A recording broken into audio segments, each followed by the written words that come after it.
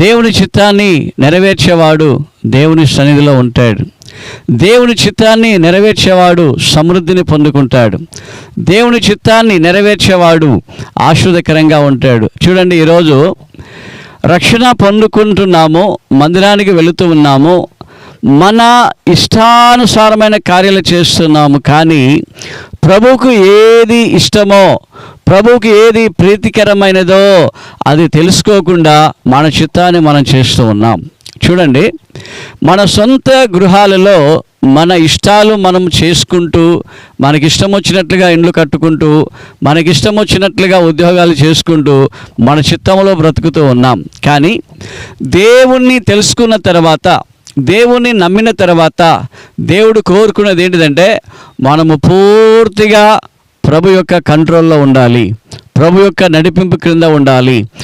దేవుని మనం నమ్ముకున్న వారము మన ఇష్టము మన చిత్తము కాకుండా ప్రభు యొక్క చిత్తాన్ని ఎరిగి, ప్రభు యొక్క మార్గాన్ని ఎరిగి, ప్రభు యొక్క ఆజ్ఞల ప్రకారముగా ప్రభువారు పెట్టుకున్న ఆ మార్గముల ప్రకారంగా మనం నడవాలని ప్రభు మనల్ని పిలిచాడు, ప్రభు మనల్ని రక్షించాడు, ప్రభు మనల్ని కాపాడాడు.